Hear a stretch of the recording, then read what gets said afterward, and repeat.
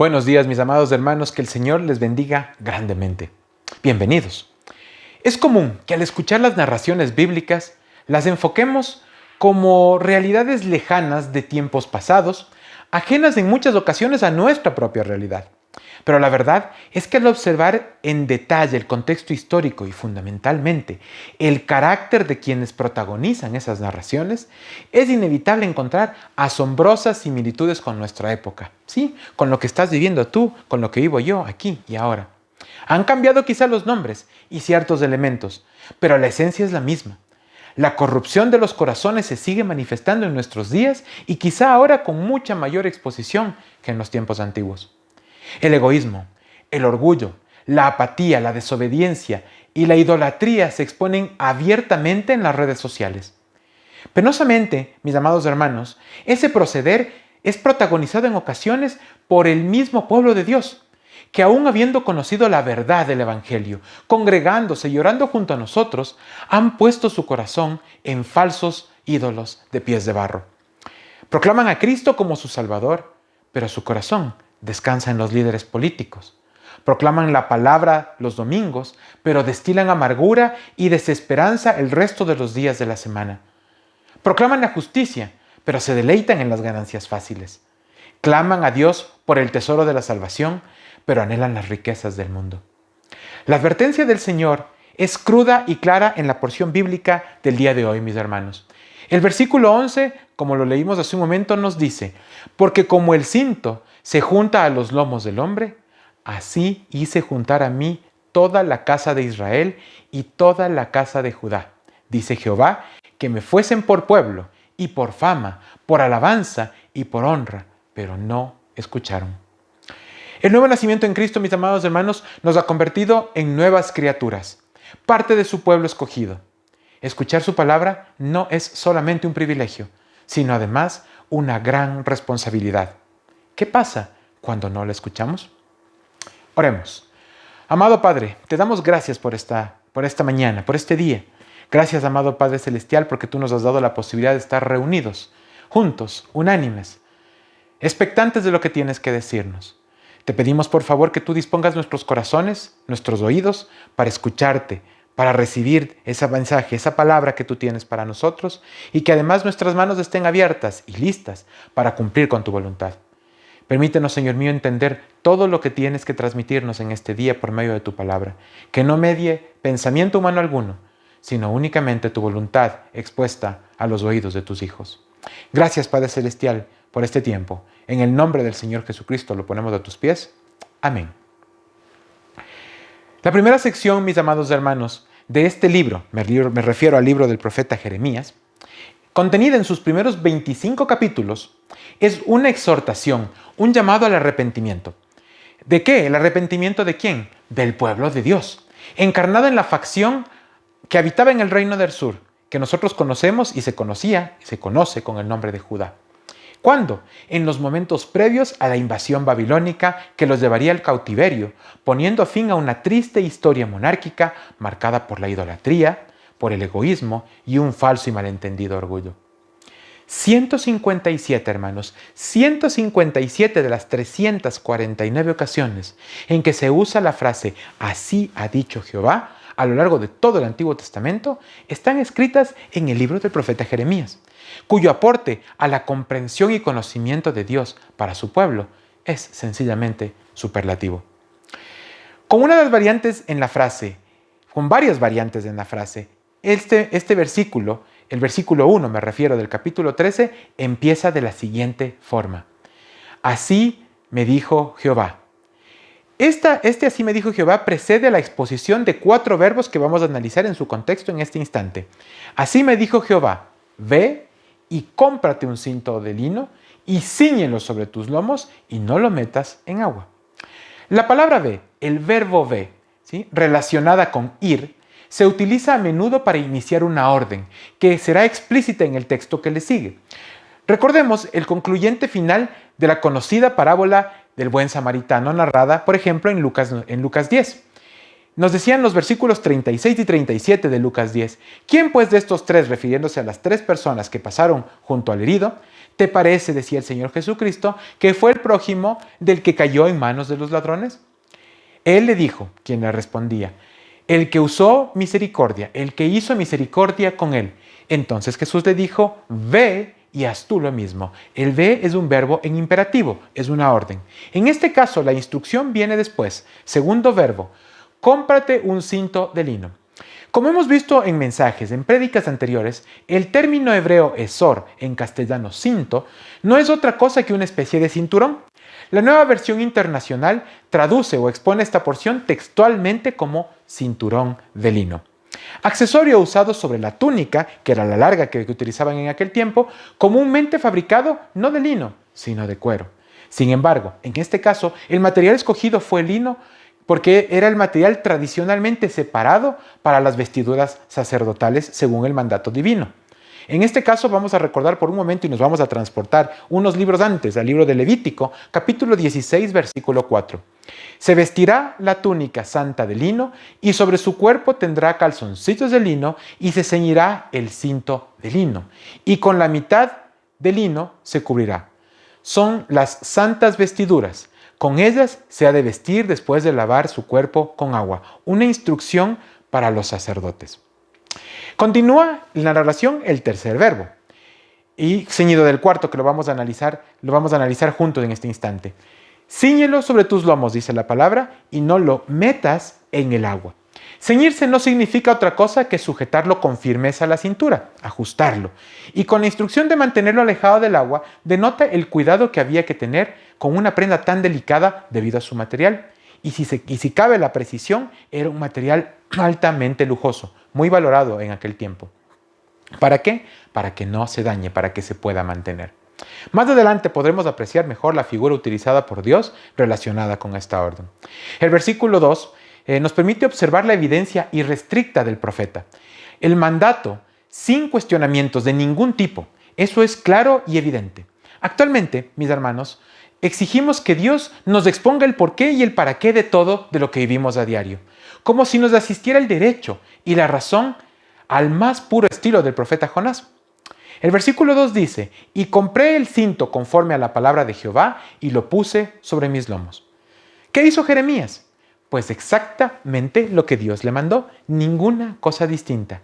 Y me pregunto entonces, ¿nosotros aquí y ahora estamos en la posición de exigirle explicaciones a Dios? No, ciertamente no. ¿Qué ejemplo deberíamos seguir entonces, mis amados hermanos? ¿El de Jeremías o el de profetas como Jonás en su etapa de desobediencia y cuestionamiento? Ninguno de los dos. Nosotros, mis amados hermanos, hemos de seguir el ejemplo de obediencia y de sujeción de quién más sino del Señor Jesucristo. Es a Él al que debemos emular.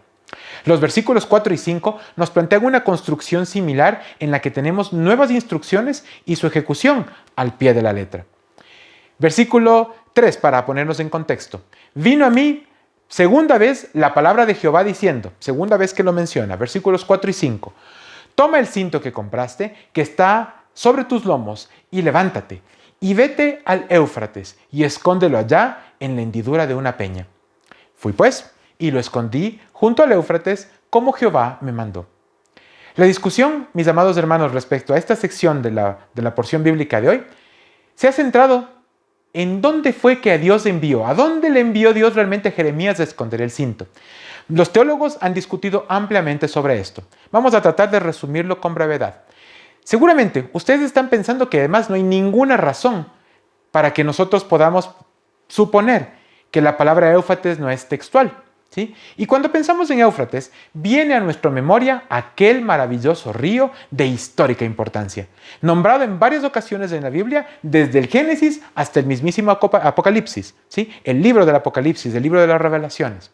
Y además vinculado estrechamente con la civilización babilónica en este punto del tiempo. Así es, porque el río Éufrates representaba o era una señal del poder y de la vida que trataba de exponer hacia el mundo el imperio babilónico. Sin embargo, debo indicarles que en esa serie de menciones, y me refiero a las menciones bíblicas, siempre aparece la palabra Éufrates precedida por la palabra río, río Éufrates. Es decir, que nunca aparecían por separado, o en la mayoría de casos no aparece separado. En esta ocasión es distinto. El vocablo hebreo utilizado para definir Éufrates es Perat, que puede hacer referencia a dos lugares geográficamente distantes. El primero, efectivamente, es el río Éufrates. Y el segundo es la localidad de Wadi Farah, localizada en el actual Yemen en este momento del tiempo. El río Éufrates se encuentra a aproximadamente 560 kilómetros al noreste de Anatot, donde se encontraba el profeta Jeremías al momento de esta narración. Por lo que desplazarse en un viaje de ida y vuelta le habría tomado aproximadamente un mes entero, casi sin descanso. Por otro lado, Wadi Farah se encuentra apenas a 6 kilómetros en la misma dirección al noroeste de Anatot y tiene condiciones geográficas similares a las del río Éufrates, por lo que la narración podría cumplirse al pie de la letra. Esto hace de esta opción seguramente la más probable. La tercera instrucción repite la construcción de las dos primeras, es decir, la orden sucedida de su cumplimiento, y cómo al pie de la letra en el mismo espíritu y parecer. Versículos 6 y 7. Y sucedió que después de muchos días me dijo Jehová, levántate y vete al Éufrates y toma de allí el cinto que te mandé esconder allá. Y entonces fui al Éufrates y cavé y tomé el cinto del lugar donde lo había escondido. Y he aquí que el cinto se había podrido. Para ninguna cosa era bueno. Expuesto a la humedad y al calor, el lino puede descomponerse o podrirse en aproximadamente 5 meses, y tal como indica la narración, en este estado ha perdido todas sus características originales, se deshace con facilidad y su aspecto es simplemente penoso. En otras palabras, no sirve para nada. Y entonces, por tercera ocasión también en la porción bíblica aparece la expresión así ha dicho Jehová, versículos 8 y 9. Y vino a mí palabra de Jehová diciendo, así ha dicho Jehová, así haré podrir la soberbia de Judá y la mucha soberbia de Jerusalén. ¿De qué se enorgullecía Judá? ¿Cuál era la razón de la soberbia de Jerusalén? Pues no era otra cosa, no provenía de otro lado que de sus años de esplendor, de su épica historia, de la magnífica expresión del poder de Dios que vivía en sus memorias en algún momento en algún lugar oculto, pero no vivía en sus corazones, pues habían sucumbido desde hace rato a la idolatría. De llamarse a sí mismos del pueblo de Dios, ¿sí?, para olvidarse de ser el pueblo de Dios y comportarse como cualquier otra persona. De ese pueblo de Dios, del verdadero pueblo de Dios, ya no había nada.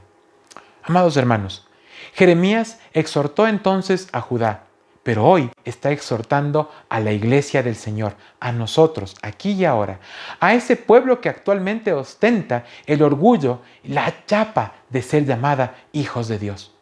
Pero que quizá también, mis amados hermanos, hemos sucumbido en diferentes momentos del tiempo a los ídolos de la actualidad, al dinero, a las posesiones, al placer. A ese pueblo que se contenta con asistir a los servicios dominicales, cerrar los ojos, levantar las manos por 1 hora a la semana y vivir el resto de días sin abrir la palabra, sin orar y mucho menos adorándole en espíritu y en verdad. ¿Qué fruto, mis amados hermanos, podemos esperar de vidas conducidas de esa manera? ¿Será agradable? ¿Será abundante? El versículo 10 es fuerte y tajante. Este pueblo malo, que no quiere oír mis palabras, que anda en las imaginaciones de su corazón y que va en pos de dioses ajenos para servirles, para postrarse ante ellos, vendrá a ser como ese cinto, que para ninguna cosa es buena. Un pueblo que no sirve para nada. Amados hermanos, si ustedes han sido sacudidos como yo al leer esta porción y examinar nuestras vidas y meditar sobre nuestro comportamiento, les invito a que no seamos ese pueblo malo. Dejemos a un lado el pensamiento humanista y démosle a Dios el lugar que se merece en nuestras vidas, en nuestros corazones. Entreguémosle el trono que le pertenece no solo los domingos, sino todos los días de la semana. Seamos oidores, sí, pero también hacedores de la palabra. Cumplamos con el mandato que Dios nos ha dejado. Amado hermano, amada hermana, ahora me dirijo a usted, que está escuchando este mensaje, Porque si lo está escuchando, aún está vivo. Y si está vivo, está a tiempo de cambiar su proceder y no correr la misma suerte del cinto de lino, que finalmente no sirvió para nada. La voluntad de Dios para su pueblo siempre ha sido clara y explícita. Dios no dejó oculto nada que debamos saber. Todo lo que Él quería revelarnos está aquí, en la palabra de Dios, en el libro que usted tiene seguramente en sus manos o que dejó a un lado hace un momento. Versículo 11. Porque como el cinto se junta a los lomos del hombre, así se juntará a mí toda la casa de Israel y toda la casa de Judá, dice Jehová, para que fuesen o me fuesen por pueblo, y por fama, por alabanza y por honra, pero no escucharon. Estamos a tiempo, mis amados hermanos, para atender a esta exhortación, para atender a este llamado de atención, a esta invitación a ser parte de la vid verdadera, la vid del Señor Jesucristo, expuesta en el Evangelio de Juan capítulo 15. Unidos a la cual, unidos a esa vid, podemos llevar fruto bueno y abundante, agradable a los ojos de Él, y podemos ser testimonio para quienes nos rodean, no para nuestro orgullo, sino para la gloria de Él. No sé ustedes, pero yo no deseo que se diga de su pueblo, de este pueblo del que somos parte, de nuestra iglesia universal, de nuestra iglesia local, que no escuchamos las advertencias e instrucciones del Señor. Voy a corregir mi afirmación inicial. Estoy seguro de que ustedes tampoco quieren que eso pase. Ni ustedes ni yo queremos que eso suceda. Pues bien, el tiempo de hacer su voluntad para usted ha llegado. Para mí ha llegado. Para esta iglesia ha llegado. El Evangelio de Juan capítulo 4, versículos 23 y 24 nos dice: mas la hora viene, y ahora es, hoy, cuando los verdaderos adoradores adorarán al Padre en espíritu y en verdad, porque también el Padre tales adoradores busca que le adoren. Dios es espíritu, y los que le adoran en espíritu y en verdad es necesario que le adoren. Amada iglesia, amados hermanos en la fe, no sigamos el ejemplo de la Judá de aquellos días. Si recordamos cada día de nuestras vidas que lo que nos ha hecho especiales a los ojos de Dios no provino nunca de nosotros mismos, sino del amor y de la gracia de Dios, no caminaremos con orgullo, sino con humildad y con gratitud a Él. La carta a los Efesios, capítulo 2, versículos del 8 al 10 nos recuerda: porque por gracia sois salvos por medio de la fe, y esto no de vosotros, no hay mérito, pues es don de Dios, no por obras, por nada que podamos hacer, para que nadie se gloríe. Finalmente, el versículo 10 enfáticamente afirma: porque somos hechura suya, creados en Cristo Jesús, para buenas obras, las cuales Dios preparó de antemano para que anduviésemos en ellas. ¿Para qué entonces, mis amados hermanos, según esta porción? Para buenas obras que Dios preparó de antemano. ¿Por qué? Por amor. Y con amor es que debemos hacerla. ¿Con amor a quién? A nuestro Padre Dios y a nuestro prójimo, a cada uno de ustedes. La primera carta de Pedro, capítulo 2, versículos del 9 al 10, nos dice: mas vosotros sois linaje escogido, real sacerdocio, nación santa, pueblo adquirido por Dios, para que anunciéis las virtudes de aquel que os llamó de las tinieblas a la luz admirable. ¿Para qué entonces, mis amados hermanos? ¿Para qué nos escogió? Para que anunciemos las virtudes de aquel que nos llamó de las tinieblas a la luz admirable. ¿Cómo? Con humildad, reconociéndole a Él, así como es, grande, magnífico, virtuoso, admirable. Juan, el Evangelio de Juan, capítulo 15, en la parte del versículo 16 nos recuerda: no me elegisteis vosotros a mí, sino que yo os elegí a vosotros, dice el Señor, y os he puesto para que vayáis y llevéis fruto, y vuestro fruto permanezca. ¿Para qué entonces, mis amados hermanos? Para que llevemos fruto y éste permanezca, y solo permanece el fruto, que es la consecuencia de una relación abundante y de calidad con el Señor.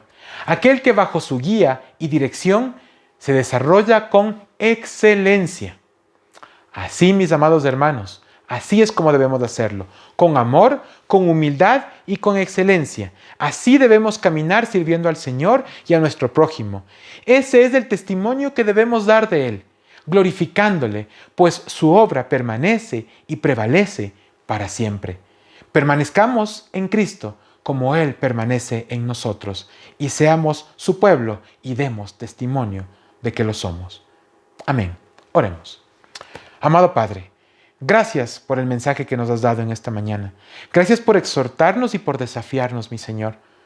Por confrontarnos con nuestra propia naturaleza, con nuestro proceder. Yo te pido, por favor, mi Señor, que esto cale profundo en nuestros corazones y que no nos dé lugar, que no dé lugar alguno, mi amado Señor, a que continuemos viviendo de la misma manera. Te pido, por favor, mi Señor, que aceptemos con responsabilidad el título precioso de ser llamados tus hijos, de ser parte de tu pueblo, para proclamarlo con nuestras voces y con nuestras vidas, para proclamar que tú eres el Señor y demostrarlo con el fruto que podamos llevar, que proviene de esa relación íntima y personal contigo.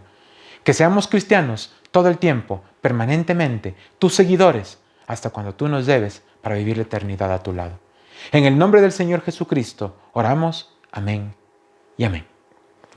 Mis amados hermanos, gracias por acompañarnos en este día domingo. Les invito a que recibamos la bendición del Señor, tomada del capítulo 15 del mismo libro del profeta Jeremías. Vamos a dar lectura a los versículos 20 y 21.